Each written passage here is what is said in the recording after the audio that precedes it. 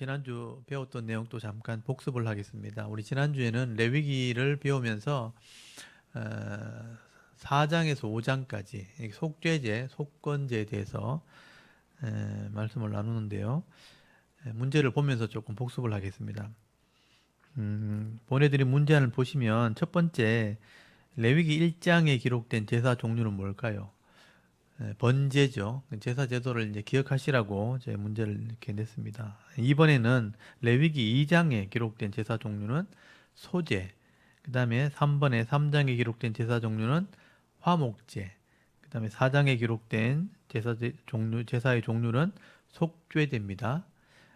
그리고 5번에 누구든지 여호와의 계명 중 하나를 범하여 하나님께 죄를 지었을 때 드리는 제사는 무엇인가요?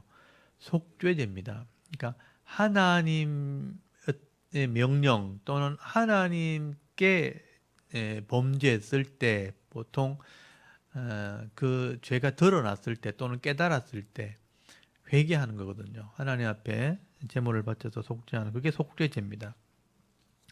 그리고 6번에 보시면 이 속죄제는 이 제사장과 족장과 그 평민에 따라서 제물이 달라요. 그게 특징이에요. 속죄제에서 책임이 큰 사람이 더 큰 제물을 바칩니다. 그래서 제사장이 범죄했을 때 속죄제로 바치는 제물을 뭘까요? 송아지며 송아지. 송아지 한 마리를 바칩니다. 책임이 크다는 의미겠죠. 7번에는 이스라엘 회중 전체가 죄를 지었을 때는 어떤 제물을 바치나요? 이때도 송아지입니다. 그러니까 제사장이 범죄했을 때나 이 백성 전체가 뭐 타락했다든지 우상을 섬기겠다든지 하나님을 대적했다든지 이러면 다 속죄하기 위해서 송아지를 바쳐야 되는 거예요. 그 다음에 8번에 보면 족장이 중간에 있는 지도자죠. 족장이 하나님 앞에 죄를 지었을 때 그 죄물은 무엇인가요?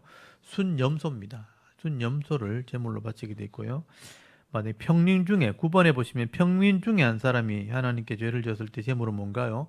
암염소나 어린 양입니다. 암염소나 어린 양. 보통 백성들이 범죄했을 때는요.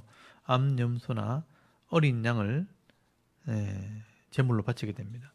그리고 10번에 보면 누구든지 사람에게 죄를 짓거나 다른 사람에게 피해를 입혔을 때 그것을 갚고 드리는 제사는 뭔가요? 이게 속건제예요. 똑같은 회개지만 이제 대상이 물건이나 사람일 때 거짓말을 했다든지 피해를 입혔다든지 아니면 물건에 피해를 입혔다든지 아니 하나님의 성물 거룩한 물건에 피해를 입혔다든지 그것을 물어주고 또는 용서하고 그 사죄하고 제물을 바치는 것 똑같이 속죄제처럼 제물을 바치지만 제물은 똑같아요. 속죄제나 속건제는 암염소나 어린 양을 바칠 수 있습니다. 근데 이제 대상이 좀 다르다.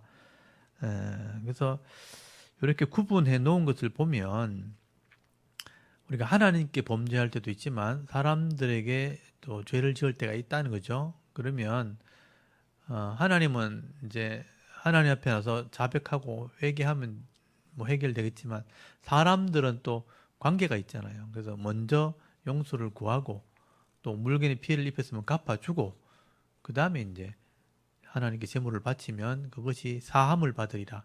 그러니까 회복되거나 용서된다.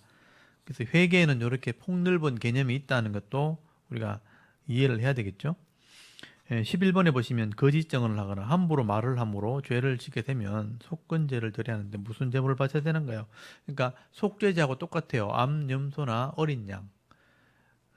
이 속건제는 말을 잘못해서 함부로 했다든지 거짓말을 했다든지 다른 사람에게 피해를 입혔을 때 사람들에게 피해를 입혔을 때 용서를 구하고 속죄하는 거거든요. 그래서 이제 제물은 똑같아요. 속죄제하고. 그리고 12번에 속건제를 드릴 때 어린 양이나 염소를 살 돈이 없는 사람은 어떤 제물을 바치나요? 그러니까 이런 어린 양을 사서 어린 양이나 아니면 염소를 이렇게 제물로 바쳐서 용서를 구하면 속죄가 되는데 그 제물을 살 돈이 없으면 어떻게 되는가? 그럼 염소 살 돈이 없는 사람은 비둘기라도 가져도 된다. 그 얘기는 이제 이렇게 가난해도 또는 힘이 없어도 속죄할 수 있다 이런 의미가 되는 거죠. 그래서 부한 사람이든 가난한 사람이든 누구나 다 이런 화목을 해야 된다 하는 것을 의미하는 겁니다. 그래서 산비둘기 두 마리나 집비둘기 새끼 두 마리를 바칠 수 있어요. 그러니까 집비둘기 새끼니까 뿅아리 뭐 이렇게 옛날에 우리 문방구 가면 팔았잖아요. 옛날에 저는 뭐 50원씩 주고 뭐 옛날이지만 뭐 50원, 100원 이렇게 주고 샀던 기억이 나는데 지금 뭐 해봐야 뭐 500원 더 하겠어요. 근데 그런 정도도 속죄할 수 있다. 그런 의미가 있고요. 근데 13번에 보면 속죄제를 드릴 때 산비둘기나 집비둘기도 살 돈이 없으면 어떻게 되는가? 이것도 구할 손이 안 된다. 그러면 고운 가루 10분의 1 에바를 가지고 나와서 속죄하면 되는 거예요. 이 고운 가루 10분의 1 에바 하면 또 얼마인지 잘 감이 안 잡히죠. 이건 제가 설명을 안 드렸었는데 한 에바가 22리터예요. 22리터. 20리터라고 하면 감이 잡히시나요? 우리 물 큰 거 1리터짜리 있어요. 맞아요. 1리터 맞습니까? 그게? 2리터입니까?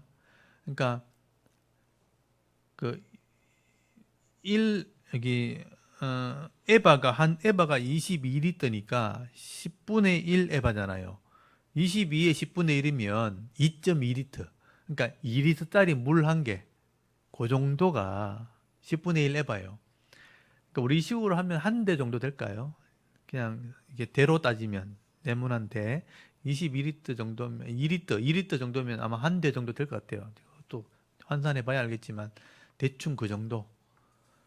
그러니까 이 정도는 집에 양식 있는 사람들은 누구나 다 가지고 올 수 있다. 밀가루 그냥 한 대, 한 2리터 정도 가지고 나와서 속죄하면 된다. 누구나 할 수 있다는 의미가 되는 거예요. 뭐 염소 한 마리 이렇게 하면 부담이 되겠지만 비둘기, 병아리 한 마리 이러면 덜 부담되지만 또 뭐 그냥 밀가루 한 대 이 정도 하면 부담이 덜 되죠. 이렇게 제가 한 대 뭐 2리터 하니까 양이 많죠. 그냥 한 줌 이 정도 하면 돼요. 한 줌 정도 가지고 나와도 된다. 이런 의미가 되는 겁니다. 그 얘기는 하나님께서 이 백성들이 범죄함으로 관계가 깨어지고 범죄함으로 다 불평과 시기가 일어나잖아요. 그때 이런 속건제를 드림을 통해서 누구나 다 화목할 수 있다. 화목하는 방법이 있다 하는 것을 설명하는 거예요. 그래서 그렇게 해서 화목했으면 좋겠다 하는 것이 하나님 마음이라는 거. 그래서 다 좋은 관계를 유지한다면 그게 다 평화를 누릴 수 있는 방법 중에 하나입니다. 다음 14번. 여호와의 성물을 범하고 속건제를 드릴 때는요. 그 성물에 얼마를 더해서 보상을 해야 되나요? 5분의 1을 더해야 됩니다. 그래서 성물, 하나님의 이 물건을 범했을 때는 5분의 1을 더해서 갚고 그 다음에 속죄하면 모든 죄, 무슨 죄든 사함을 받으리라 이렇게 되어 있습니다. 그래서 우리가 실수할 때가 있잖아요. 사람에게 피해를 입힐 때도 있고 또 본의 아니게 이 성물이라는 게 뭐냐면요. 하나님께 바칠 예물들 이런 것들이에요. 다 이것도 하나님께 바쳐야 될 것을 그냥 내가 함부로 써버리면 하나님께 갚아야 된다. 그런 의미가 있는 거예요. 그리고 15번에 보면 속건제, 속죄제 이 한문으로 제가 일부러 써놨죠. 다르다는 거예요. 속죄제, 속건제 둘 다 죄에 대한 것을 속한다. 값을 지불한다라는 의미를 가지고 있고요. 이 속죄제와 속건제는 오늘날은 그럼 어떤 의미가 있나요? 회개를 말하는 회개. 하나님 앞에 범죄한 것이 기억이 날 때, 사실 하나님 말씀을 배우지 않고 하나님의 말씀으로 지적을 받지 않으면 이게 죄인지는 몰라요. 근데 하나님 말씀을 듣다가 이 잘못된 거구나 이렇게 깨달아지면 회개하면 되는 거예요. 죄를 모를 때는 회개를 못하죠. 죄인지 모르니까. 근데 알았다면 회개하는 거예요. 그리고 회개했다는 건 무슨 의미냐면 다시는 그렇게 하지 않는다는 의미가 있어요. 왜냐면 그렇게 하면 또 회개해야 되기 때문에. 똑똑한 사람이면 다시는 그렇게 하지 않는 거죠. 그래서 이제 점점 좋아지겠죠. 만약에 이제 말을 함부로 할 때 이게 죄인지 몰랐는데 성경이 죄라 하니까 이렇게 하면 안 되는구나. 제가 다시는 안 그랬습니다. 용서해달라고 해놔놓고 다음에 또 그렇게 하면 안 되잖아요. 그러니까 다음엔 조심하게 되는 거예요. 그래서 이제 이는 짐승을 잡으면서 칼로 목을 찔러가지고 피를 흘리고 막 이렇게 제물을 바치고 이렇게 죄 지으면 이렇게 비참해 지는구나 이렇게 막 이렇게 예, 더러워지는구나. 그러니까 귀찮아서라도 이제는 이렇게 죄 안 지어야지. 그 당시에는 만약에 제사를 드렸다면 그렇게 되는 거예요. 그래서 이제 조심하게 되는 그렇게 그렇다면 보세요. 성경 말씀을 자꾸 배우면 부모님한테 잘해야 되고 이웃에게 잘해야 되고 내 몸처럼 섬겨야 되고 이렇게 하는 걸 이제 옛날 모르고 내 마음대로 막 살다가 그게 잘못됐다는 걸 알면 속죄제를 드리면서 하나님께 용서를 구하고 난 뒤에 다음에 그런 일이 생기지 않도록 조심하지 않겠어요? 그러면 말씀을 알면 알수록 더 이렇게 죄를 짓지 않도록 막 이렇게 애를 쓰는 거예요. 하나님이 이렇게 살아가면서 어떤 인생에 다양한 복잡한 문제가 생겼을 때 욕심이 와가지고 저 사람한테 함부로 막 하고 싶은데 그렇게 하면 안 되지 하고 잘하려고 하고 친절하게 하려고 하고 애를 쓸 때 하나님 그 모습을 기뻐하시는 거예요. 막 함부로 죄를 짓고 막 사람을 무시하고 이건 교만한 거거든요. 교만하고 무자비하고 악한 건 하나님이 내 백성이 그렇게 되는 걸 원하지 않는 거예요. 그래서 속죄를 했으면 그렇게 안 하려고 막 애쓰고 조심하는 그 모습을 하나님 기뻐하시는 거예요. 겸손해 하는 거, 이렇게 친절히 대하려고 하는 거, 막 속에 화를 날려 하다가도 이렇게 하면 안 되지. 하나님 이렇게 기뻐하지 않지. 하고 딱 이렇게 멈추고. 그 사람이 분노가 일어났을 때 그 가라앉히는데 15초가 걸린다 그래요. 15초. 15초만 참으면 돼요. 막 내가 못 견디게 화날 때 있잖아요. 뭐 갑자기 막 기분 나빠질 때, 막 이렇게 하려고 할 때, 막 누가 나한테 이렇게 할 때 화가 났어요. 화가 났는데 막 이렇게 하려 하는데 딱 멈추고 15초만 딱 기다리면 그게 없어져요. 근데 그걸 못 견디면 그게 막 악함으로 나오는 거예요. 그게 이제 분석학자들이 그렇게 이렇게 심리학자들이 그렇게 얘기하더라고요. 15초. 그래서 참을 인자 3개 썼다 그러잖아요. 참을 인자 3개 쓰는 걸 15초 걸린대요. 3번 이렇게 쓰는 걸. 그것만이라도 잘하면 예수 안 믿는 사람도 그렇게 노력하는데 예수 안 믿는 사람도 화내면 안 좋은 거 알기 때문에 막 그 좀 15초만 참으면 된다고 이렇게 연구해서 막 하는데 하나님께서는 속죄제를 드리고 속건제를 드리면서 회개했으면 그렇게 하지 않도록 했으면 좋겠다. 하나님 그렇게 우리에게 말씀하시는 거예요. 이 제사 제도를 통해서 그거를 들을 수 있어야 되고 볼 수 있어야 되는 거죠. 그러면 점점 더 좋아질 거 아니에요. 이제 회개하다 보면 이게 잘못된 게 자꾸 드러나다 보면 회개하다 보면 점점 그 잘못된 걸 줄여 나가다 보면 시간이 지날수록 그러면 말씀을 아는 사람이라면 예수를 믿는 사람이라면 점점 좋아져야 맞는 거죠.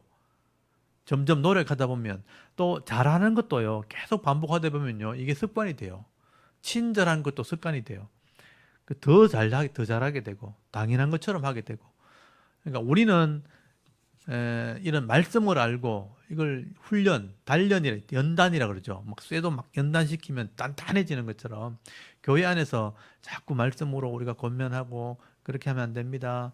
이렇게 참아야 됩니다. 인내해야 됩니다. 사랑해야 됩니다. 이렇게 우리끼리 막 이렇게 조금 노력하다 보니까 점점 좋아지고 만나면 이제 항상 웃고 막 잘해주는 거 우리는 평소처럼 뭐 이렇게 조금씩 하는 게 단련이 돼가지고 시간이 많이 지나고 난 뒤에 교회 안 다닌 사람들이 우리 성도를 만나면 전혀 다른 모습으로 느껴지는 거예요. 조금씩 변하는 것이 나중에는요 습관이 돼가지고 이게 말씀대로 사는 삶이 진짜 온유함으로 나타나게 되고 정결함으로 나타나게 되는 거예요. 그러니까 이 나이가 들수록 더 거룩해지고 더 아름다워지는 것이 성도다. 그게 성경이 얘기하는 겁니다. 근데 이걸 지적하지 않으면 똑같이 돼버리는 거예요. 말씀대로 우리를 단련하지 않으면 똑같이 돼버려요. 그래서 우리가 정금같이 나온다는 거죠. 단련하면 진짜 순금처럼 정결해지는 그런 게 성도여야 된다. 그래서 이 제사제도는 한 번 하고 끝나는 게 아니고 매일매일 하는 거잖아요. 그래서 매일 번제를 드리고 또 죄를 지을 때마다 속죄제를 드리고 구약에서는 귀찮았겠지만 제물을 늘 바쳤어야 되는 거예요. 그러면서 이 구약의 이제 성도들이 이거 제물 안 바치고 좀 깨끗해지는 방법 없나 막 이렇게 하다 보니까 예수님이 오시면 되겠네. 그러면 예수님이 오시면 예수님이 제물이 되어 주시면 우리는 자백만 하면 되잖아요. 신약 시대는 그런 은혜를 입은 거죠. 예수님 이후의 시대는 시대가 바뀌었거든. BC, 예수님 오기 전에, 예, 그러니까 BC, 비포 크라이스트잖아요. 예수님 오시기 전에는 재물을 계속 바쳐야 되고, AD, 아노 도밀이라는 것은 예수님 이후에는 회개만 하면 돼, 자백만 하면 되는 거예요. 그래 시대가 나눠진 거잖아요. 그래서 오늘은 신약교회 성도들은 와서 예배 드리면서 내가 헌신하는 마음으로, 번제 드리는 마음으로 예배 드리고 예수님께 속죄하는 마음으로 회개하면 하나님이 또 새롭게 해주시고 또 새롭게 해주신다는 그 은혜를 누리겠는데, 이것도 귀찮아서 안 오는 사람들은 이제 회복될 기회가 없는 거죠. 그래서 이제 이런 예배 제사 대도의 의미를 따라서 예배 의미를 안다면 우리 영혼을 위해서는 이 예배를 드리는 것이 맞다는 거예요. 왜냐하면 그렇게 하지 않으면 늘 타락할 수밖에 없고 늘 변질될 수밖에 없는 게 사람 마음이에요. 이 땅에 있는 모든 것이 다 그래요. 여러분 이렇게 집이 깨끗하게 이렇게 집을 새로 만들어 놓고 새로 집 건축을 해놔도 하루만 지나면 먼지가 뽀얗게 앉아 있는. 그 물걸레로 닦아내고 또 하루만 지나면 또 먼지가 뽀얗게 앉아 있어요. 이 땅에 있는 거는요, 아무리 깨끗하게 해도 항상 지저분하게 돼 있고 항상 더럽게 돼 있어요. 사람의 마음도 그렇고 이 땅에 있는 모든 것이 다 그렇습니다. 이 땅에 있는 존재하는 것은 항상 더러워질 가능성이 있고 타락할 가능성이 있기 때문에 늘 정결하게 하지 않으면 안 된다. 그게 우리 죄인의 속성이라는 것도 여러분 아셨으면 좋겠습니다. 그래서 제사제도는 그래서 중요하다. 5가지 제사제도를 지금 다 설명드렸죠. 번제, 소제, 화목제, 속죄제, 속건제, 그 의미를 잘 기억하시면 좋겠습니다. 자, 족보는 제가 아까 하기 전에 미리 다 했습니다. 그러니까 족보를 기억하시는 분들은 쭉 한번 적어 보시고요.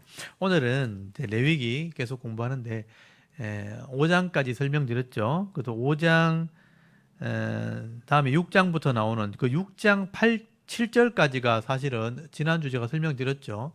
히브리 원문에는 6장 7절까지가 사실은 5장 끝까지 연결되어 있어요. 그리고 6장 8절부터가 사실은 6장 1절이에요. 그렇게 기억하시면 좋겠어요. 그렇게 써놓으셔야 돼요. 원래는 히브리 원문에 그렇게 돼 있으니까. 여기까지가 속건제에 대한 이야기입니다. 그래서 제사제도는 오늘날의 예배 원리를 설명하고 있다. 번제, 소제처럼 다 드려지고 부서지고 헌신하는 게 예배고요. 화목제, 서로 나누는 게 예배고, 그 다음에 회개함으로 깨끗해지는 것, 거룩해지는 것, 그게 예배입니다. 그래서 오늘 예배 안에 그런 요소가 다 있어야 돼요. 내가 헌신하는 마음으로 교회 오셔야 되고요. 회개하는 마음으로 하나님께 기도하셔야 되고요. 또 내게 주신 건 나눠야 돼요. 서로 섬기기도 하고 또 물질로 섬기고, 헌금하는 것도 사실은 이게 화목제예요. 우리 감사 예물 드리잖아요. 그게 하나님께 헌금이 되어지고 그게 교회를 위해서 나눠지고 성도를 위해서 나눠지고 또 선교 헌금, 건축 헌금 드리잖아요. 이것도 일종의 화목제물이에요. 하나님께 드려진 것들이 결국은 교회를 위해서 쓰여지고 선교를 위해서 쓰여지는 거예요. 이 선교사들한테 이렇게 나눠지는 거죠. 그게 나눔이거든요. 11조 예물은 이 교회를 유지하는 비용이에요. 그러니까 제사장이 그 당시에 또 레위인들이 양식을 먹었잖아요. 그러니까 주일 헌금, 이거는 하나님께 바침으로 교회 사역자들에 대한 생활비로 또 쓸 수 있고요. 11조 예물도 교회 유지비가 되고 또 사역자들의 생활비가 되는 거예요. 그래서 이제 레위인들이 먹고 살고 제사장들이 먹고 살아야 그 성소가 유지되었던 것처럼, 그리고 감사 예물이나 선교 건축 헌금들은 화목제처럼 하나님께 드려지면 그게 나눔이 되는 거예요. 그래서 교회에 어려운 사람들 도와주기도 하고 장학 헌금을 또 내기도 하고 구제 헌금을 하기도 하고 또 선교사들한테 지원을 하기도 하고, 그렇게 나눔을 통해서 풍성해지는 겁니다. 그래서 물질도 나누고 또 봉사하고 봉사위원으로 헌금위원도 하고 안내위원도 하고 나중에 주방이 있으면 주방에 봉사위원도 하고 차량 봉사도 하고, 이게 다 화목제물입니다. 그리고 내가 개인적으로도 어려운 사람들이 있으면 가서 구제도 하고 기부도 하고, 이게 다 화목제물입니다. 그렇게 할 때 하나님께서 우리 기업 안에 복을 주시는 거예요. 말씀대로 하나님께 나눴으니까 내 기업이 하나님의 기업이 되기 때문에 하나님이 기업 안에 부족하지 않도록 채워주시는 거죠.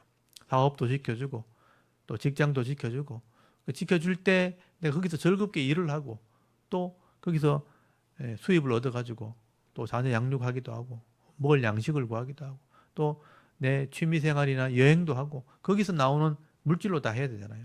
그래서 하나님께서 이런 주시는 기업 안에서 죄가 들어오지 않도록 늘 회개하고 하나님 나라가 이루어지도록 기도하고 그렇게 순종할 때 하나님은 기업에 복을 주시고 그래서 그 기업에 주신 것 가지고 또 하나님께 예물로 바치고 또 그렇게 영적인 힘을 얻어서 또 사역하고 이게 이 땅에 살아가는 하나의 원리죠.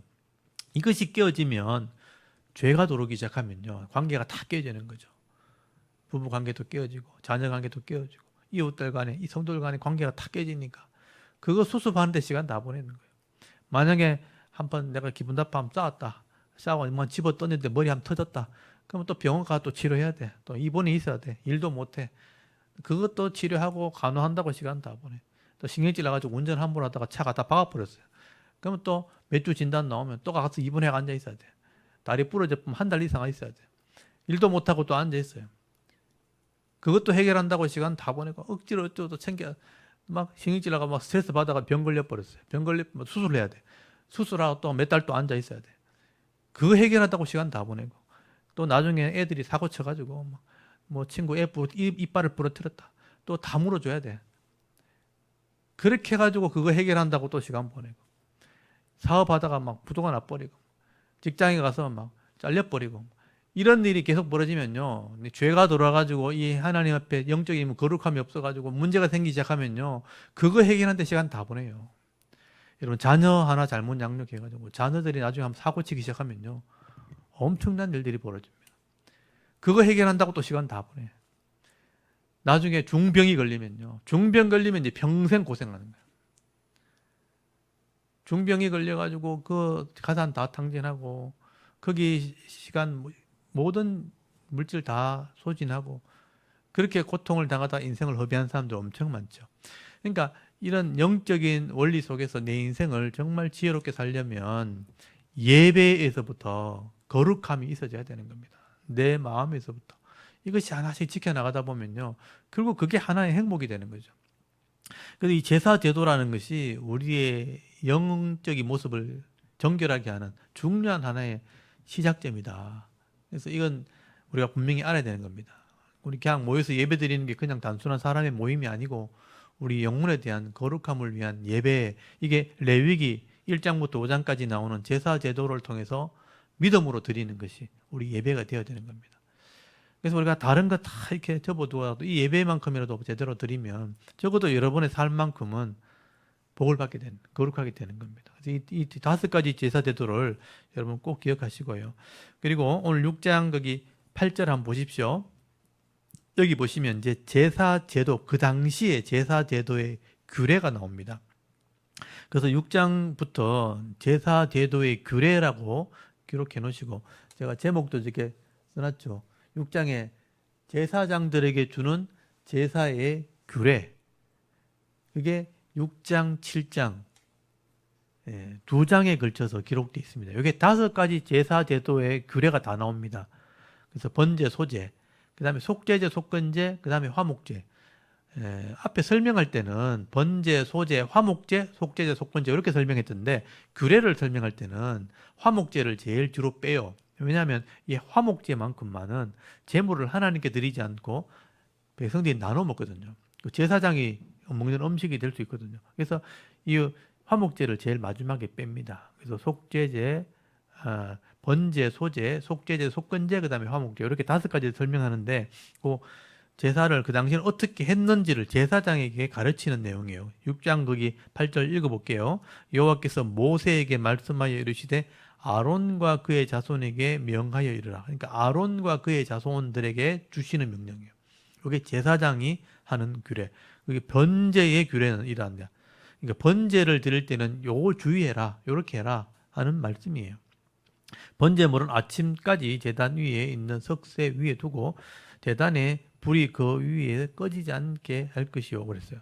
그러니까 이 번제 제물은 태워가지고 다음 날까지 그냥 불태우는 거예요. 계속 불태워서 다 태워버리는 거예요. 그리고 불이 꺼지면 안 돼요. 그래서 이 번제단에서는 제물을 항상 불태우는 곳입니다. 그러니까 이 번제물 자체는 백성의 죄를 상징하는 거거든요. 그러니까 백성이 내 죄를 이 짐승에게 넘겨주고 이 짐승은 불에 태워지는 거예요. 그러니까 불태워진다는 건 심판을 상징하는 겁니다. 죄는 불태워지는 거다. 그래서 번제물이 불태워지는 거예요. 그래서 불이 꺼지면 안 돼요. 그래서 불이 꺼지지 않는 곳이 어딘지 아세요? 지옥이에요, 지옥. 그걸 상징하는 거예요. 그래서 이 불이 꺼지면 안 돼요. 제사장, 그 당시에 제사장은 이 번제물에 불씨를 꺼트리면 안 돼요. 항상 유지해야 돼요. 그래서 이제 유대인 학자들은 그렇게 얘기해요. 그 당시에 첫 번째 번제를 드리면서부터 9장에 나오는데요. 이 불씨를 꺼트리지 않았을 거다. 그래서 이 성전이 지어질 때까지 아마 이것을 제사장들은 유지했을 거다. 그렇게 얘기를 합니다. 그래서 이 불을 꺼트리지를 말란 얘기를 계속 강조를 합니다. 거기 10절도 보세요. 제사장은 세마포 긴 옷을 입고 세마포 속 바지로 하체를 가리고 제단 위에 불태운 번제의 재를 가져다가 제단 곁에 두고 그 옷을 벗고 다른 옷을 입고 그 재를 진영 바깥 정결한 곳으로 가져갈 것이요. 제단 위에 불은 항상 피워 꺼지지 않게 할지니. 여기도 불 끄지 마라 그러죠. 제단 위에 있는 이 불은 꺼지지 않게 하라. 제사장은 아침마다 나무를 그 위에 태우고 번제를 그 위에 벌려놓고 화목제의 기름을 그 위에 불사를 찌며 불은 끊임없이 제단 위에 피워 꺼지지 않게 할지니라. 지금 3번 강조되어 있어요. 불 꺼지지 않게 해라. 3번. 번제물을 태워난 이 불은 꺼지지 않게 죄를 태우는 역할을 하기 때문에 14절부터는 이제 소제가 나오죠. 곡식을 드리는 제사는 이러하니라. 아론의 자손은 그것을 제단 앞 여호와 앞에 드리되 그 소재의 고운 가루 한 움큼과 기름과 소재의 물 위에 유향이나 유향은 나무 송진처럼 이렇게 흘러나오는 걸 이렇게 딱딱하게 굳은 이렇게 기름 같은 거예요. 이걸 불에 올리면 향이 올라와요. 그 향이 펴지기 때문에 하얀 연기가 올라옵니다.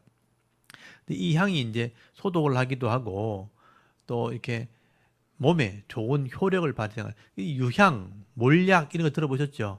침향 이게 다 나무에서 나오는 기름, 송진 같은 거를 모아가지고 딱딱하게 이렇게 만든 거예요. 이게 이제 불에 태워질 때 또는 그것을 이제 물처럼 마시기도 하고 치료제로 사용하기도 하는데 이게 좋은 약재입니다. 그래서 왕들이 주로 먹던 또 왕들에게 향을 피우던 그래서 예수님이 태어났을 때 유향과 몰약을 예물로 바치잖아요. 그러니까 황금과 유향과 몰약을 예물로 바쳤다는 것은 귀하다는 거예요. 이게 오늘날에는 약재입니다. 약재. 그래서 이런 유향 이게 이제 우리 아는 집사님이 베트남의 침향이 유명하다 그래요. 침향. 그 진짜 오리지널 침향 나무가 베트남밖에 없다 그러더라고요. 거기서 나오는 이 유향이 일종의 유향인데 그게 가치가 막 몇천만 원씩 한다 그러더라고요.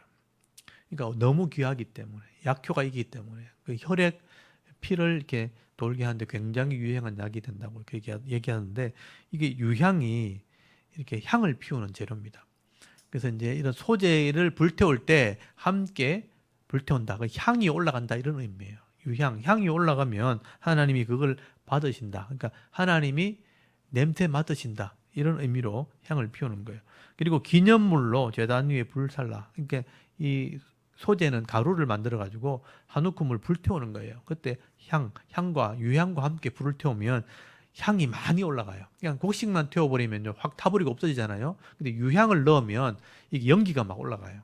그래서 이제 하나님이 받으신다. 그래서 향기로운 냄새라고 이렇게 돼 있죠. 하나님이 그 냄새를 맡으신다를 흠양하신다. 보통 그렇게 얘기해요. 맡는다를 좀 한문으로 좀 좋게 표현하면 흠양한다. 이런 표현으로 쓰는 거예요. 16절에 그 나머지는 아론과 그의 자손이 먹되 누룩을 넣지 말고 거룩한 회막들에서 먹을지니라. 그러니까 이 소재는요. 이제 제사장의 양식이 되는 거예요. 그래서 아까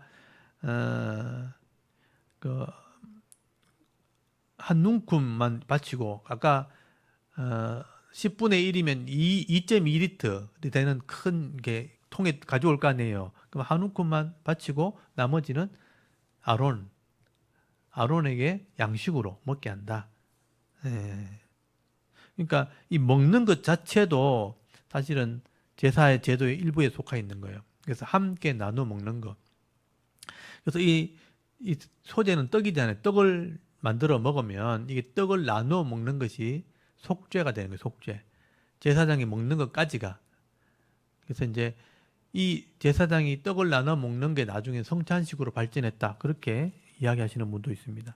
17절에 보시면 그것에 누룩을 넣어 굽지 말라. 이는 나의 화목제물 중에서 내가 그들에게 주어 그들의 소득이 되게 하는 것이라. 속죄제와 속건제 같이 지극히 거룩한즉. 여기 보면 내가 그들에게 주어 이 제사장들에게 주어서 소득이 되게 한다. 이 소득이란 말이 몫이란 뜻. 목 할당량. 그러니까 이 소제는 백성의 재물이지만 제사장의 몫이 된다.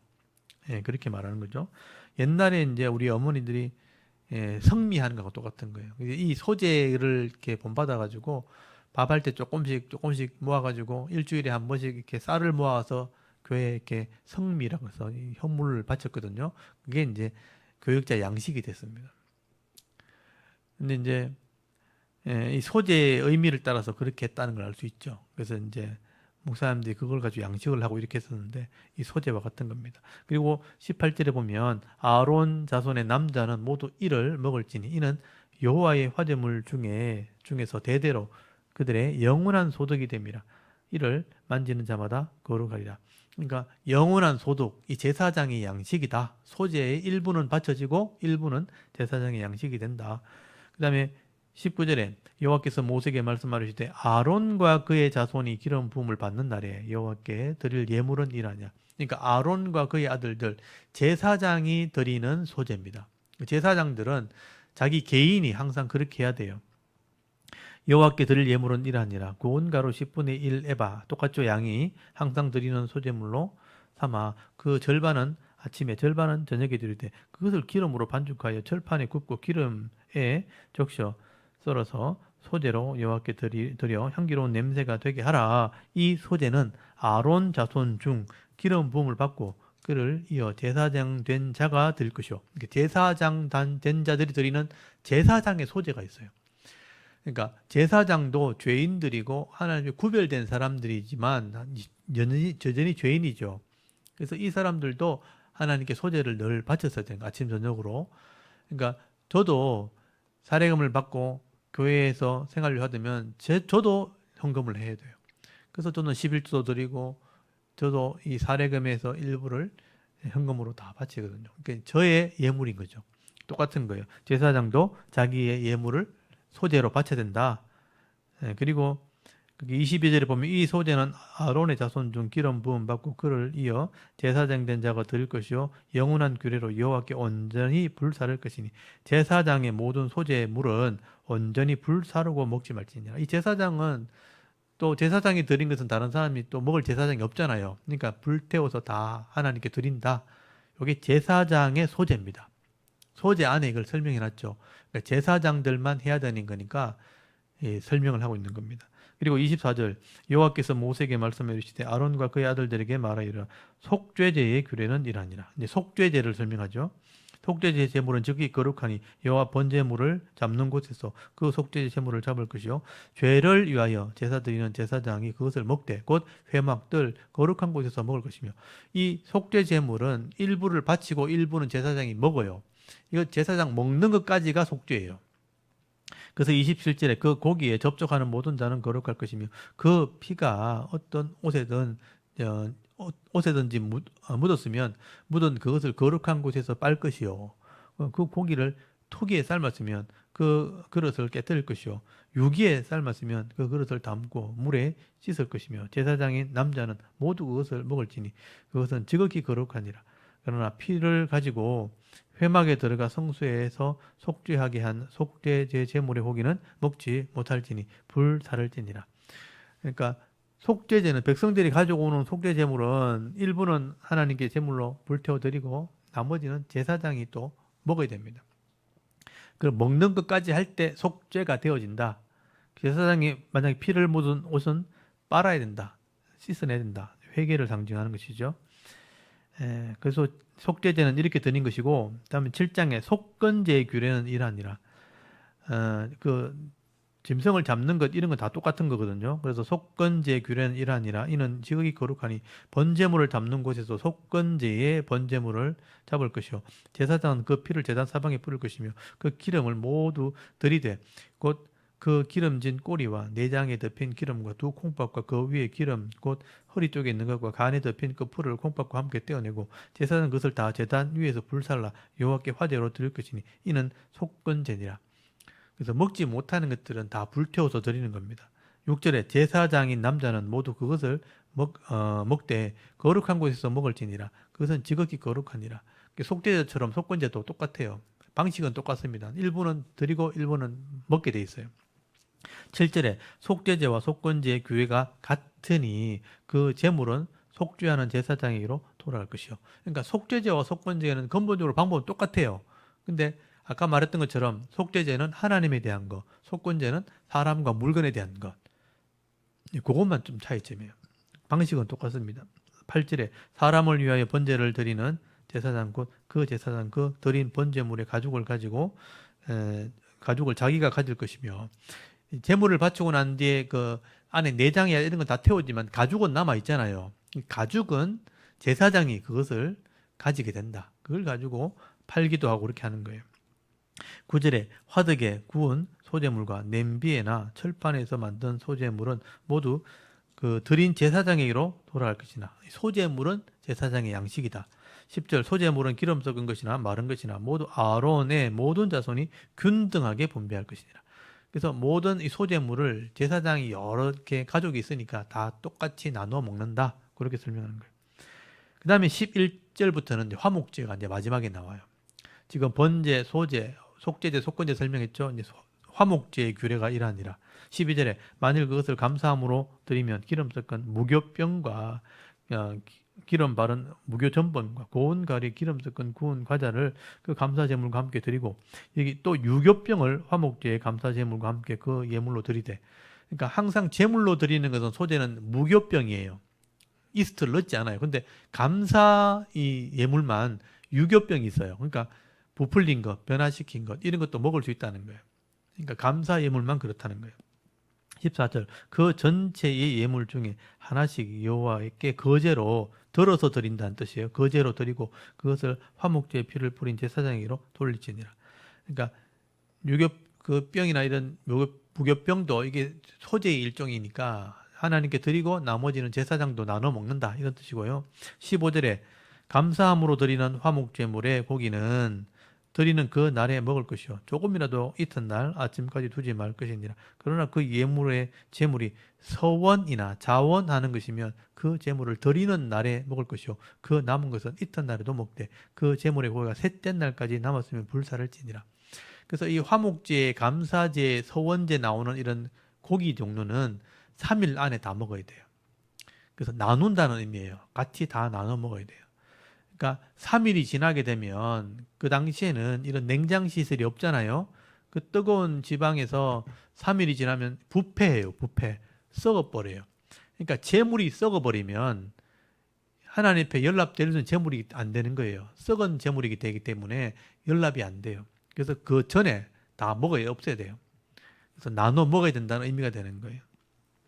그래서 거기 18절에 만일 그 화목제물의 고기를 셋째 날에 조금이라도 먹으면 그 제사는 기쁘게 받아들이지 않을 것이라. 드린 자에게도 예물답게 되지 못하고 도리어 가증한 것이 될 것이며 그것을 먹는 자는 그 죄를 짊어지리라. 그러니까 오래 남겨두면 안 된다. 썩으면 안 된다 이런 의미예요. 그러면 제물답지 않게 되기 때문에 드리는 자나 또 그게 먹는 자에게 가증한 것이 된다. 썩은 것을 먹으면 안 되잖아요. 그래서 3일 안에 다 먹고 나누어야 된다. 이게 화목제물의 특징이에요. 그리고 19절에 그 고기가 부정한 물건에 접촉되었으면 먹지 말고 불사를 것이라. 그 고기는 깨끗한 자만 먹을 것이니 깨끗한 자만 부정하게 되면 먹을 수 없다. 20절에 만일 몸이 부정한 자가 여호와께 속한 화목제물의 고기를 먹으면 그 사람은 그 자기 백성 중에 끊어질 것이요. 만일 누구든지 부정한 것, 곧 사람의 부정이나 부정한 짐승이나 부정하고 가증한 무슨 물건을 만지고 여호와께 속한 화목제물의 고기를 먹으면 그 사람도 자기 백성 중에 끊어지리라.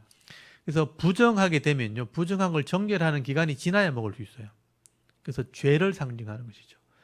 그래서 함께 나눌 때 부정하면 안 된다. 그래서 성찬식을 할 때도 죄를 회개하고 먹는 겁니다. 그래서 죄를 회개한 사람만이 성찬식에 참여할 수 있는 것처럼 내가 죄를 고백하지 않고 먹고 마시면 죄를 먹고 마시는 것이다. 나중에 이제 바울이 그런 설명을 하거든요. 그래서 이것도 성찬식 때 떡을 나눠 먹는 그게 근거가 되는 거예요. 그 다음 22절 여호와께서 모세에게 말씀하여 이르시되 이스라엘 자손에게 말하여 이르라 너희는 소나 양이나 염소의 기름을 먹지 말 것이요. 여기 지방분, 짐승에 있는 지방은 먹으면 안 된다. 24절 스스로 죽은 것의 기름이나 짐승에 찢긴 것은 기름은 다른 데는 쓰려니와 결단코 먹지 말라. 스스로 죽은 것, 그러니까 죽은 사체를 먹으면 안 돼요. 그러니까 이거는 그 당시에는 위생에 굉장히 취약한 때이기 때문에 이런 것은 절대로 먹으면 안 된다. 25절 사람이 여호와께 화제로 드리는 제물의 기름을 먹으면 그 먹는 자는 자기 백성 중에 끊어지리니 너희가 사는 모든 곳에서 새나 짐승의 피나 무슨 피든지 먹지 말라. 무슨 피든지 먹는 사람이 있으면 그 사람은 다 자기 백성 중에서 끊어지리라. 피나 죽은 사체나 기름은 먹으면 안 돼요. 하나님이 자기 백성 중에 끊는다. 이렇게 굉장히 엄하게 설명을 하고 있죠. 그래서 이거는 하나님이 우리의 건강을 위해서 그렇게 하신 거예요. 육식을 할 때는 지방분을 먹지 말아라. 단백질만 먹어라. 그렇게 말씀하신 거예요. 그 다음 28절 여호와께서 모세에게 말씀하시되 이스라엘 자손에게 말하여 이르라 화목 제물을 여호와께 드리는 자는 그 화목절 중에서 그 예물을 여호와께 가져오되 여호와의 화목 제물은 그 사람이 자기 손으로 가져올지니 곧 그 제물의 기름과 가슴을 가져올 것이요 제사장은 그 가슴을 여호와 앞에 흔들어 요제로 삼고 그 기름은 제단 위에 불사를 것이며 가슴은 아론과 그 자손에게 돌릴 것이며 너희는 그 화목제물의 오른쪽 뒷다리를 제사장에게 주어 거제를 삼을지니 아론의 자손 중에 화목제물의 피와 기름을 드리는 자는 그 오른쪽 뒷다리를 자기 소독으로 삼을 것이니라. 가슴 부분과 갈비살이죠. 그리고 오른쪽 뒷다리 이 살은 제사장 몫이에요. 제일 좋은 부분이 있던 것 같아요. 가슴살과 뒷다리 살은 제사장 그 제물을 드리는 제사장 몫이다. 34절 내가 이스라엘 자손의 화목제물 중에서 그 헌던 가슴 든 뒷다리를 가져다가 제사장 아론과 그의 자손에게 주었나니 이는 이스라엘 자손에게서 받을 영원한 소득 그의 몫이다. 그렇게 설명해요. 이 제사장의 양식이 되는 거죠. 그래서 제사장은 땅이 없고 농사를 짓지 않기 때문에 백성들이 바치는 소재, 곡식을 먹고 백성이 바치는 이 화목제나 속죄제의 고기를 먹고 사는 겁니다. 그걸 골고루 나눠서 먹는 거예요. 근데 백성이 제물을 안 바치면 어떻게 됐어요? 제사장 굶어 죽어요. 그래서 이 방식대로 제사장이 제사를 드릴 수 있도록 제물을 바치고 제사장은 백성을 위해서 속죄를 하는 거죠.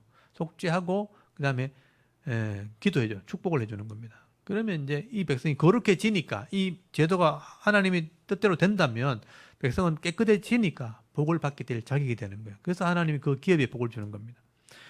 기업에 복을 주니까 또 재물을 바칠 수 있는 만큼 또 풍성함이 생기는 거예요. 그래서 이게 이제 영적인 이스라엘 백성들에게 복이라는 겁니다. 35절에 보면 이는 여호와의 화제물 중에서 아론에게 돌릴 것과 그 아들들에게 돌릴 것이니 그들을 세워 여호와의 제사장의 직분을 행하게 한 날, 곧 그들에게 기름 부은 날에 여호와께서 명령하사 이스라엘 자손 중에서 그들에게 돌리게 하신 것이라 대대로 영원히 받을 소득이니라. 그러니까 제사장의 이 직분을 감당하기 위해서는 이 제물이 있어야 되는 거죠. 먹고 살아야 되니까. 그래서 가슴, 뒷다리, 그다음 소재의 양식은 제사장의 몫이다. 영원히 그들이 먹도록 했다. 그렇게 설명하고 있고요. 그다음 27절 이제 정리를 하고 있죠. 이는 번제와 소제와 속죄제와 속건제와 위임식과 화목제의 규례라. 여호와께서 시내 광야에서 요거 동그라미 쳐놓으시고요. 시내 광야에서 이스라엘 자손에게 그 예물을 여호와께 드리라 명하신 날에 시내 산에서 이같이 모세에게 명령하셨더라. 그러니까 이 제사 제도를 명령하신 곳은 시내산인 거예요. 모세가 시내산에 올라가서 40일 동안 있었잖아요. 그때 하나님께 받아왔던 방법이다. 제사 제도. 그래서 제사 제도를 받을 뿐 아니라 제도를 시행하는 성소의 설교도를 다 받아왔죠. 그래서 이 제사 제도를 지킬 성소를 만들 어떤 그 설계도나 내용을 다 받아올 때 이런 제사 제도의 내용들도 다 받았다는 것을 알 수 있습니다. 그러니까 이 레위기에 나오는 제사 제도는 시내 산에서 받은 것이다. 분명히 기록되어 있기 때문에 이걸 나중에 정리를 했다는 거예요, 모세가. 그걸 알 수 있죠.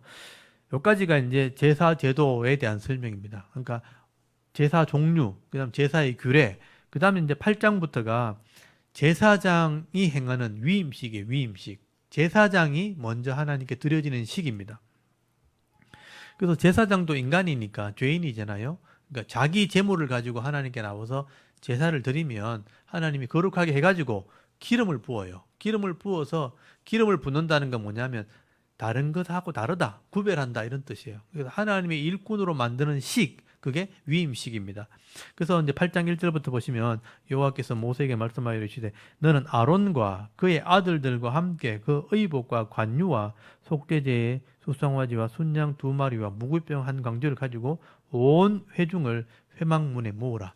제사장과 그 아들들과 온 회중을 다 불러 모으라 그래요. 4절 모세가 여호와께서 자기의 명하신 대로 하매 회중이 회막문에 모인지라. 모세가 회목에서 이르되 여호와께서 행하라고 명하신 것이 이러하니라 하고 모세가 아론과 그 아들들을 데려다가 물로 그들을 씻기고, 일단 제사장과 모든 이 제사장의 아들들을 물로 씻겨요. 목욕을 시킵니다. 이 씻어내는 게 오늘날 나중에 세례가 돼요. 이게 정결 예식이 되는 거예요. 씻어낸다는 것은 이제 깨끗하게 한다, 회개한다는 걸 의미하는 거예요. 그리고 7절에 옷을 다 갈아입혀요. 아론에게 속옷, 그 다음에 띠를 띠고 속옷을 입히며 띠를 띠고 겉옷을 입히며 에봇을 걸쳐 입히고 에봇에 장식띠를 띄워서 에봇을 몸에 메고 흉패를 붙이고 흉패에 우림과 둠밈. 우림과 둠밈이라고 되어 있는데 요게 이제 검은 돌, 흰 돌이었을 거다. 하나님의 뜻을 물을 때 하나님의 음성을 막 이렇게 들을 때도 있지만 대부분 다 하나님 이렇게 사건이 벌어졌는데 어떻게 할까요? 이렇게 할까요? 저렇게 할까요? 할 때 가슴에 있는 돌멩이를 하나 꺼내요. 이게 우림과 둠밈 중에 까만색이면 안 돼. 흰색이면 해도 돼. 이렇게 되는. 그렇게 판결을 했을 거라. 이걸 이제 판결 흉패라 그래요. 그래서 우림과 둠밈이 그 안에 들었다. 그리고 9절 그의 머리에 관을 씌우고 그 관 위 전면에 금패를 붙이니 곧 거룩한 관이라 여호와께서 모세에게 명령하신 것 같았더라. 제사장을 다 씻어내고 그 다음에 관복을 입었죠. 이게 제사장이 옷을 입죠. 이게 신분을 상징하는 거예요. 그래서 옷을 입혀서 제사장의 직분을 감당하게 하는데 10절 보세요. 모세가 관유, 기름입니다. 올리브유, 기름을 가져다가 성막과 그 안에 있는 모든 것에 발라서 기름을 부어가지고 거룩하게 했다. 요 거룩하게 했다라는 표현이 구별했다 이런 뜻이에요. 요거는 하나님의 성물, 하나님의 것 이런 뜻입니다. 11절 또 제단에도 7번 뿌리고 그 제단과 그 모든 기구와 물두문과 그 받침에 발라 거룩하게 하고 그 다음에 그 관유를 아론의 머리에 부어요. 올리브유를 붓고 그에 발라 거룩하게 하고 구별하는 거예요. 또 13절에 모세가 또 아론의 아들들을 데려다가 그것에 속옷을 입히고 띠를 띄우고 관을 씌우니 여호와께서 모세에게 명령하신 것 같았더라. 모세가 또 속죄제의 수송아지를 끌고 오니, 그러니까 이 제사장을 위한 속죄제죠. 속죄제의 수송아지를 끌고 오니 아론과 그 아들들이 그 속죄제의 수송아지 머리에 안수해줘. 죄를, 그러니까 이 사람도 사람이잖아요. 그러니까 죄를 넘겨주는 거예요. 안수하고 15절에 모세가 잡고 그 피를 가져다가 손가락으로 그 피를 제단의 네 귀퉁이에 뿔에 발라 제단을 깨끗하게 하고 그 피는 제단 밑에 솟아 제단을 속하여 거룩하게 하고 또 내장에 덮인 모든 기름과 간끝불과 두 콩팥과 그 기름을 가져다가 모세가 제단 위에 불사르고 그 송아지와 그 가죽과 그 고기와 똥은 진영 밖에서 불살랐으니 여호와께서 모세에게 명령하심과 같았더라. 이 송아지를 제물로 바치는 거예요. 제사장을 위해서. 제사장을 속죄하는 거죠. 그리고 18절에 번제의 순양을 드려요. 이건 헌신한다는 개념이에요. 내가 다 드린다 이런 뜻이에요. 제사장들이 드려진 의미에서 번제 순양을 드릴세. 아론과 그 아들들이 그 순양에 또 안수를 해줘. 제대를 넘겨요. 모세가 잡아 그 피를 제단 사방에 뿌리고 이 순양에 각을 뜨고 모세가 그 머리와 각등과 기름을 불사르고 물로 내장과 정강이를 씻고 모세가 그 순양의 전부, 이게 전부니까 다 드린다는 의미죠. 전부를 제단 위에 불사르니 이는 향기로운 냄새를 위하여 드리는 번제로 여호와께 드리는 화제라. 여호와께서 모세에게 명령하신 것 같았더라. 또 다른 순양과 위임식의 순양이 나와요. 이거는 아까 이 속죄제와 번제는 제사장의 속죄와 헌신을 위해 드린 거고, 이제 위임식, 제사장의 직분을 위한 위임식에 대한 예물이에요. 그래서 위임식 예물이라 그래요. 이걸 22절에 또 다른 순양 곧 위임식의 순양을 드릴세. 아론과 그 아들들이 그 순양의 머리 안수하며 모세가 잡고 그 피를 가져다가 아론의 오른쪽 깃뿌리와 그 오른쪽 엄지 손가락과 그 오른쪽 여기 엄지 발가락에 바르고, 피를 바른다는 것은 속죄한다는 의미가 있는 거예요. 아론의 아들들을 데려다가 모세가 그 오른쪽 깃뿌리와 그 오른손에 오른쪽 엄지손가락과 그들의 발의 오른쪽 엄지발가락에 그 피를 바르고, 또 모세가 그 피를 제사 사방에 뿌리고, 그가 또 기름과 기름진 꼬리와 내장에 덮인 모든 기름과 간끝풀과 두 콩밥과 그 기름과 오른쪽 뒷다리를 떼어내고, 여호와 무교병 광주리에서 무교병 한 개와 기름 섞은 떡 한 개와 전병 한 개를 가져다가, 이건 소재죠. 그 기름 위에 오른쪽 위에와 오른쪽 뒷다리와 위에 놓아 그 전부를 아론의 손과 그 아들들의 손에 두어 여호와 앞에 흔들어 요제를 삼게 하고, 모세가 그것을 그들의 손에서 가져다가 제단 위에 있는 번제물 위에 불사른 이는 향기로운 냄새를 위하여 드리는 위임식 제사라고 줄을 줬어요. 이게 하나님의 이 직분을 위한 제사예요. 이게 제사장의 직분을 이제 우리가 행하는 그런 위임식 제사인 거예요. 위임식 제사로 여호와께 드리는 화제라. 이에 모세가 그 가슴을 가져다가 여호와 앞에 흔들어 요제를 삼았으니 이는 위임식에서 잡은 순양 중 모세의 몫이라. 여호와께서 모세에게 명령하신과 같았더라. 제사장에 대한 위임식이고, 모세가 이걸 집례했기 때문에 모세의 몫이 있는 겁니다. 30절에 모세가 관유와 제단 위에 피를 가져다가 아론과 그 옷과 그의 아들들과 그 아들들의 옷에 뿌려서 아론과 그의 옷과 그 아들들과 그 아들들의 옷을 거룩하게 하고, 모세가 아론과 그의 아들들에게 이르되 내가 이미 명령하기를 아론과 그 아들들을 먹으라 하셨은즉 너희는 회막문에서 그 고기를 삶아 위임식 광주리 안에 떡과 아울러 그곳에서 먹고, 고기와 떡의 나머지는 불사를 찌며, 위임식은 일주일 동안 행하느니 위임식이 끝나는 날까지 이래 동안 회막문에 나가지 말라. 오늘 행한 것은 여호와께서 너희를 위하여 속죄하게 하시려고 명령하신 것이니, 너희는 7주야를 회막문에 머물면서 여호와께서 지키라고 하신 것을 지키라. 그리하면 사망을 면하니라. 내가 이같이 명령을 받았느니라. 아론과 그 아들들이 여호와께서 모세에게 통하여 명령하신 모든 일을 준행하니라. 그래서 일주일 동안 똑같은 일을 7번 반복하는 거예요. 그래서 위임식 제사를 드리고 나서 이때부터 제사장이 백성을 위해서 봉사하는 거예요. 제사를 집례하는 자가 처음 된 겁니다. 하나님께 드려졌고 속죄했고 직분을 받았기 때문에 이때부터 제사장이 백성을, 언약한 이스라엘 백성을 위해서 속죄제나 번제를 드릴 수 있게 된 거예요. 그래서 이제 9장에 첫 번째 제사가 나옵니다. 이제 백성 전체가 하나님께 드려지는 식을 하게 돼요. 그게 번제, 속죄제입니다. 그래서 9장 1절에 보면 8째 날, 이 위임식이 끝나고 딱 난 뒤에 모세가 아론과 그 아들들과 이스라엘 장로들을 불러다가 아론에게 이르되 속죄제를 위하여 흠없는 송아지를 가지고 번제를 위하여 흠없는 순양을 요 앞에 가져다 드리고, 이스라엘 자손에게 말하여 이르기를 너희는 속죄제를 위하여 순염소를 가져오고, 또 번제를 위하여 1년 되고 흠없는 수송아지와 어린 양을 가져오고, 또 화목제를 위하여 요 앞에 수수와 순양을 가져오고, 또 그 기름 섞은 소제물을 가져오라 하라. 오늘 여호와께서 너희에게 나타나실 것임이라 하며 명령을 하죠.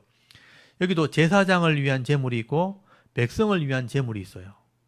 여기 보면 제사장은, 거기 잘 보시면 2절에 속죄제와 번제물을 가져오고, 3절에 이스라엘 자손들은 속죄제와 번제물과 소제물을 가져옵니다. 그리고 화목제물도 나와요. 그러니까 백성은 이게 4가지를 다 드리는 거죠. 그래서 5절에 그들이 모세가 명령한 모든 것을 회막 앞에서 가져오고, 또 온 회중이 나와 여호와 앞에 선지라 그랬어요. 모세가 이르되 6절에 이는 여호와께서 너에게 하라고 명령하신 것이니 여호와의 영광이 너에게 나타나라. 이렇게 속죄를 하나님 처음으로 드릴 때 하나님의 영광이 나타난다는 거예요. 그래서 이제 실제로 하는 겁니다. 아직 안 했지만 7절에 이제 하는 거예요. 모세가 또 아론에게 이르되 너는 제단에 나가 네 속죄, 그러니까 네 속죄니까 제사장의 속죄물이죠. 네 속죄제와 네 번제를 드려서 너를 위하여 백성을 위하여 속죄하고, 또 백성의 예물을 드려서 그들을 위하여 속죄하되 여호와의 명령대로 하라. 처음으로 이제 드리는 거예요. 그래서 8절부터가 이제 처음 이제 제사가 진행되는 겁니다. 8절부터 보시면 이에 이제 아론이 제단에 나가 자기를 위하여 속죄제 송아지를 잡다. 자기 제물을 먼저 잡아요. 9절에 아론의 아들들이 그 피를 아론에게 가져오니 아론이 손가락으로 그 피를 찍어 제단 뿔에 바르고 그 피는 제단 밑에 쏟고 그 속죄제물에 기름과 혼밥과 간 그 풀을 제단 위에 불사르니 여호와께서 모세에게 명령하신 것 같았고 그 고기와 가죽은 진영 밖에서 불사르니라. 또 아론이 또 번제물을 잡으매 또 아론의 아들들이 그 피를 그에게로 가져오니 그가 그 피를 제단 사방에 뿌리고 그들이 또 번제의 제물 곧 그의 각과 머리를 그에게로 가져오매 그가 제단 위에 불사르고 또 내장과 정강이는 씻어서 단 위에 있는 번제물 위에 불사르니 요까지가 제사장을 위한 속죄제와 번제예요. 그리고 15절 이제 백성들의 예물이 나와요. 이제 백성을 위해서 예물을 바쳐요.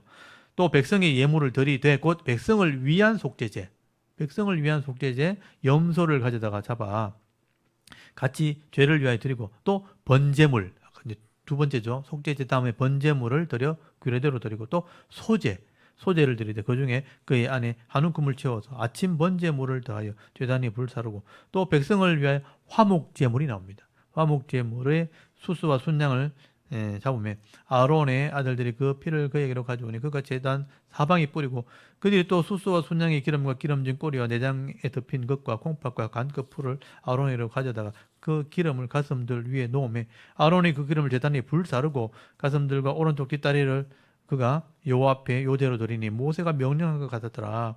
22절에 아론이 백성을 향하여 손을 들어 축복함으로 속죄제와 번제와 화목제를 마치고 내려왔다고 되어 있어요.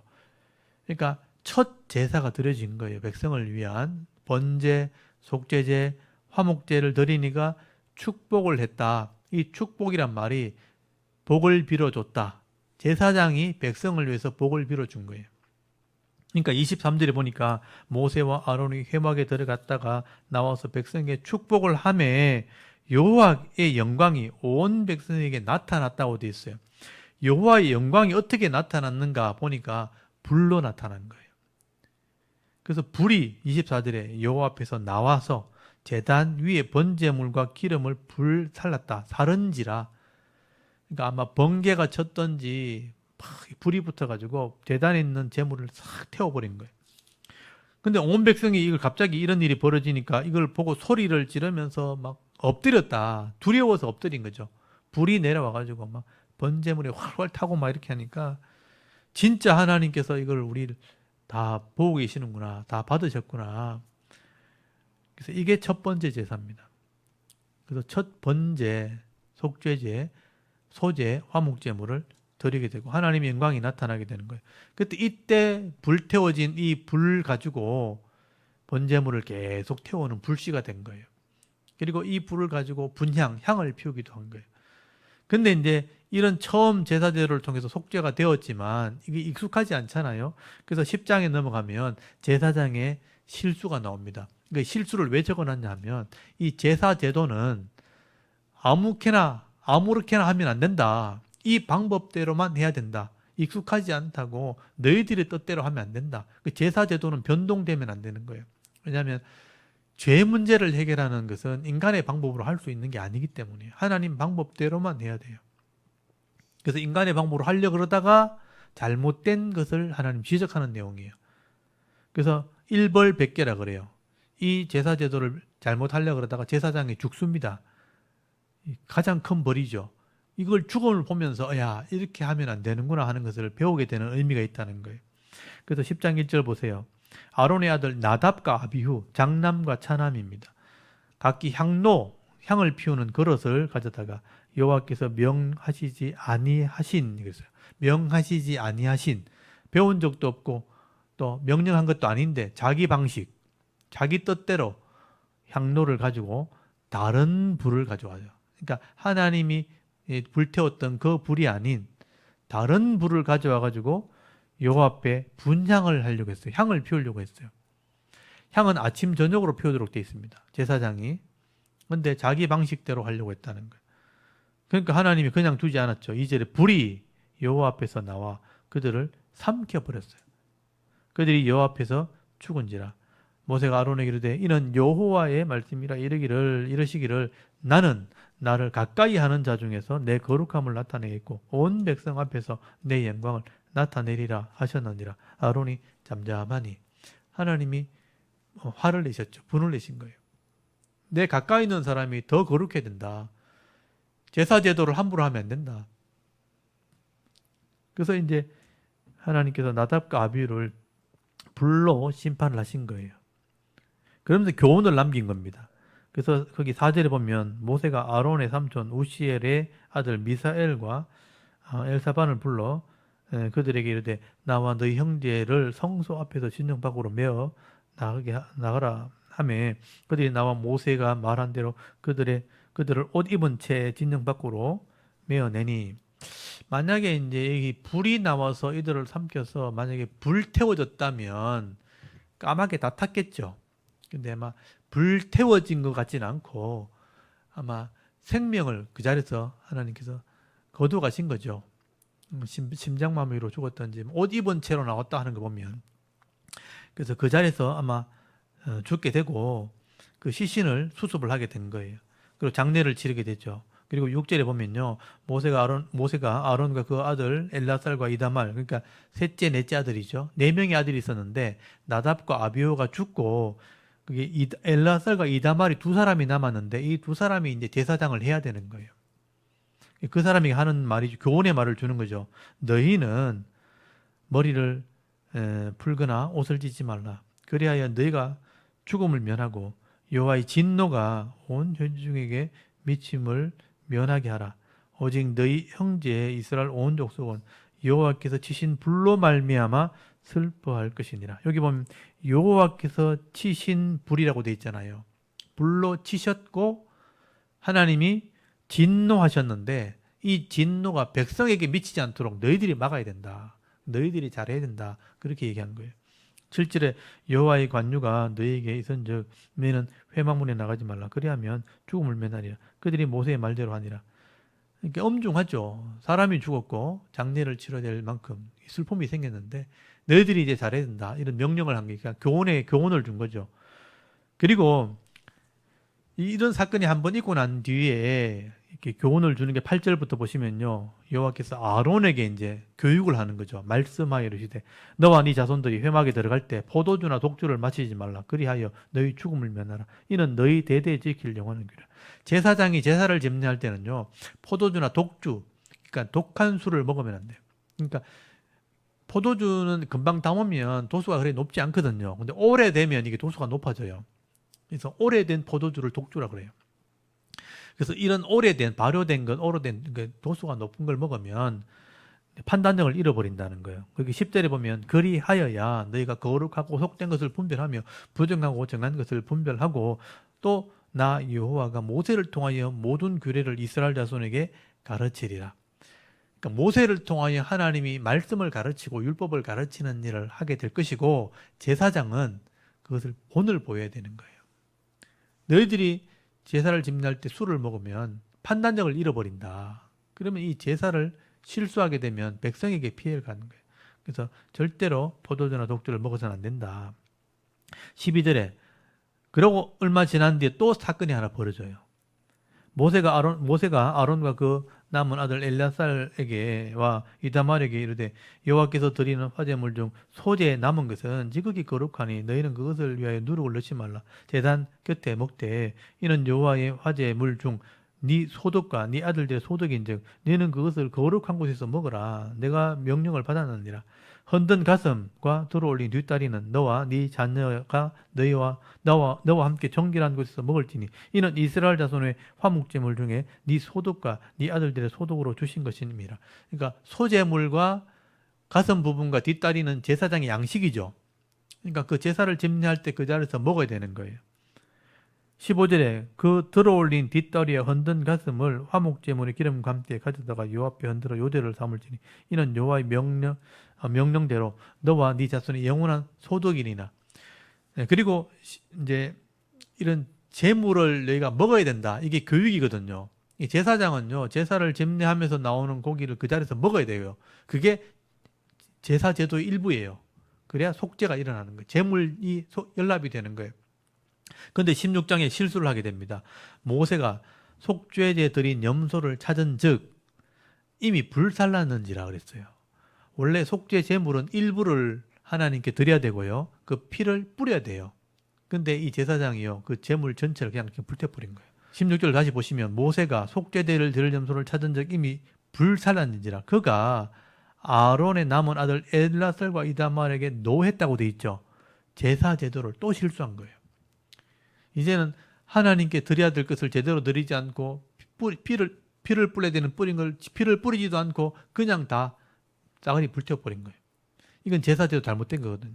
그래서 17절에 이 속죄 제물은 지극히 거룩하오늘 너희가 어찌하여 거룩한 곳에서 먹지 아니하였느냐 이는 너희로 회중의 죄를 담당하여 그들을 위하여 여호와 앞에 속죄하게 하려고 너희에게 주신 것이니라. 그러니까 일부를 바치고 일부를 먹고 다 해야 되는데 그냥 다 불태워버린 거예요. 그냥. 그러니까 책망을 하니까 18절에 그 피는 성소에 들여오지 아니하는 것이었으니 그러니까 이 피를 성소에 뿌렸어야 되는데 그걸 뿌리지 않았다 이런 뜻이에요. 그 제물은 너희가 내가 명령한 대로 거룩한 곳에서 먹었어야 했을 것이라. 일부는 피를 뿌리고 하나님께 바치고 불태우고 그걸 먹었어야 되는데 피도 뿌리지 않고 먹지 않았다. 둘 다 안 한 거죠. 그러니까 이제 이 사람도 죽어야 되잖아요. 아까 예를 들면 분양하다 둘이 죽었잖아요. 둘 남았는데 재물을 잘못 바쳤어. 그럼 둘 다 죽어야 되잖아요. 그러니까 누가 나서야 되겠어요? 아론이 나서는 거예요. 하나님 둘 다 죽으면 또 어떡합니까? 그래서 여기 19절에 보면요. 아론이 모세를 찾아가서 이르되 오늘 그들이 그 속죄제와 번제를 여호와께 드렸어도 그러니까 앞에 죽은 두 아들 속죄제를 드리고도 앞에 위임식하는 제사를 드리고 제사장의 속죄물을 드리고 나서도 다른 불 드리다 죽었잖아요. 속죄제를 드려서도 이런 일이 내게 임하였거늘 두 아들이 죽었거늘 이런 뜻이거든요. 오늘 내가 속죄제물을 먹었더라면 여호와께서 어찌 좋게 여겼으리요. 그러니까 이 뒷부분이 지금 요 본문만 읽어보면 해석이 되게 까다롭거든요.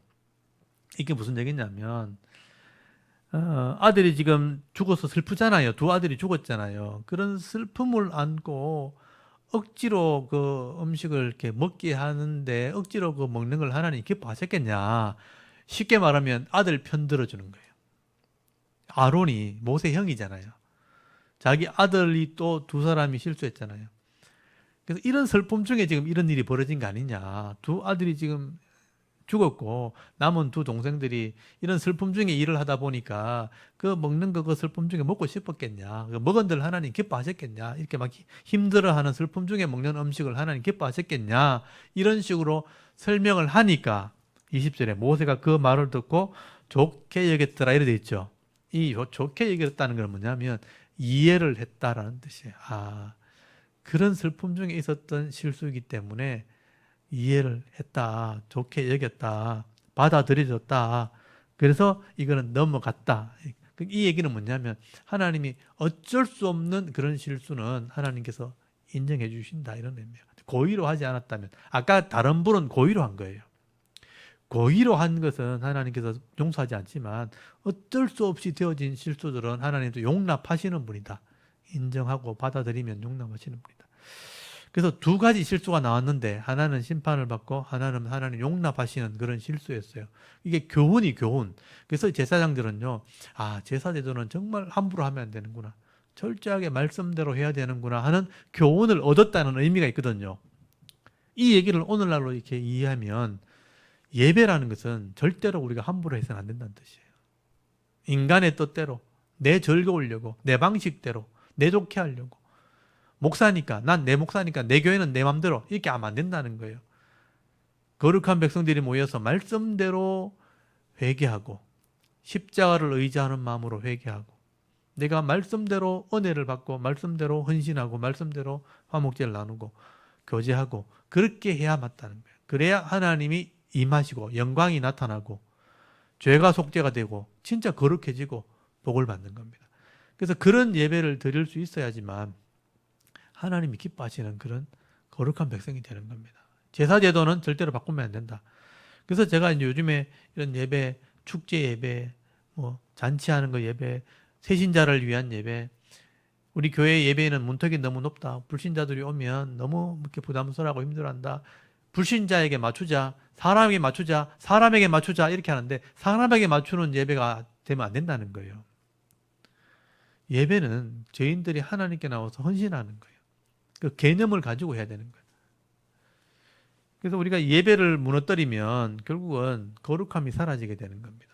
그래서 백성들이 거룩하지 않고 거룩해지지 않으니까 속되게 자꾸 세상 사람들처럼 돼버리는 거예요. 예배를 그냥 형식적으로 모이는 사람들이 모이는 그냥 모임처럼 그렇게 해서는 안 된다는 거예요. 그래서 하나님의 형식, 방법도 있고 형식도 있고 순서도 있고 다 예식이 있는 거예요.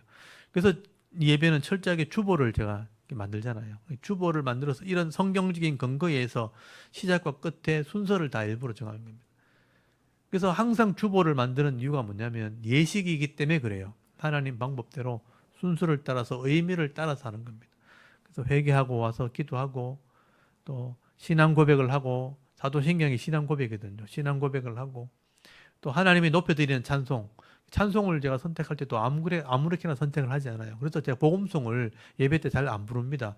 찬송가만 부릅니다. 그래서 하나님을 높여드리고 하나님이 주신 말씀을 나누고 그 말씀을 가지고 기도하고 또 우리가 예물을 드리고 하나님께 봉헌 기도를 드리고 또 신앙 고백하는 마음으로 마지막 찬송은 신앙 고백하는 마음으로 결단하는 마음으로 찬송을 드리고 그다음에 제사장이 축도하듯 목사의 마지막 축도가 이제 복을 비는 기도 하나님의 은혜 예수 그리스도의 은혜와 하나님의 사랑과 성령의 은사와 감동이 성도들과 예배자들에게 함께 하기를 기도하는 거예요. 그리고 예배가 끝나고 교제 또 축복하는 축복송을 부르고 이렇게 식사도 하는데 우리 식사가 없으니까 간식을 나누고 이렇게 하는 거예요. 간식이 교제입니다, 교제. 그래서 같이 있으면서 또 같이 먹고 하면 좋은데 코로나 이후에는 또 먹는 게 좀 부담스러워져 가지고 다 흩어지는데 그건 이제 개인이 알아서 하셔야 되겠지만 같이 음식도 나눠 먹고 교제도 하고 또 이야기도 하고 그렇게 하고 헤어지는 게 잘 낫죠. 그래서 이제 우리 교회는 이제 따로 식사 시간이 없어가지고 교제하는 시간이 좀 부족해요. 그래서 좀 아쉽기는 해요. 그렇지만 시간이 되시고 마음이 허락하시면 남아서 안부도 물어보고 또 이렇게 자녀들한테도 기도도 해주고 이렇게 서로 교제하는 시간이 있으면 제일 좋죠. 사실은요. 예배 드리고 난 뒤에 간식을 나누면서 교제하고 그리고 이제 가정으로 돌아가서 또 가정의 사역을 하고 그렇게 하시면 되는 거예요. 그게 예배입니다. 예배. 그래서 예식과 함께 하나님 방법대로 예배 드리면 우리 영혼이 거룩해지고 회복되는 겁니다. 거기서부터 내 가정과 직장과 사업에 하나님의 은혜가 있고 그곳에서 예배 삶 사셔야 되고요. 그 열매를 가지고 또 일주일 동안 또 거룩해지고 그러니까 더 거룩해짐으로 나가야 되는 거죠. 그 성도는 날마다 거룩해지는 거예요. 그래서 세상 사람과 다르다는 거예요. 이걸 우리가 의미를 가지고 또 말씀대로 잘 하신다면 여러분 정말 성숙해지는 그리스도인 성도가 되는 겁니다. 목사가 그런 것을 비전을 가지고 꿈을 가지고 진행을 하고 있으니까 여러분들 그걸 아시고 예배 드리시고 성숙함으로 나가시면 좋겠습니다. 여기까지가 이제 제사 제도에 대한 설명입니다. 그리고 11장부터는 내용이 달라요. 이렇게 제사를 드렸다면 거룩해졌다면 함부로 살지 마라 이런 뜻이에요. 11장부터는 삶에 대한 규칙, 삶의 규례가 나오는 거예요. 이것도 하나씩 정리가 돼야 됩니다. 예배를 이렇게 드려야 된다. 삶은 이렇게 살아야 된다. 여기 10장부터 나눠주는 거죠. 1장부터 10장까지. 이걸 잘 정리해 주시기 바랍니다. 그래서 1장에서 5장까지 제사 종류, 6장, 7장 제사의 규례, 8장 위임식, 9장 첫 제사, 10장이 제사장의 실수. 여기까지 이제 잘 정리하시고 11장부터는 제사를 드린 성도들이 살아야 될 삶의 규칙, 삶의 규례, 거룩을 유지하는 방법 이렇게 설명할 수 있어요. 오늘 이제 다음 주부터 또 차근차근 설명을 드리도록 하겠습니다. 오늘 예배에 대한 부분 또 제사 제도의 부분을 잘 기억하시고 잘 적용하시면 좋겠습니다. 오늘 여기까지 하도록 하겠습니다. 우리 잠깐 기도하고 마치겠습니다. 하나님 아버지 은혜를 감사합니다. 벌써 이제 목요일이 되었고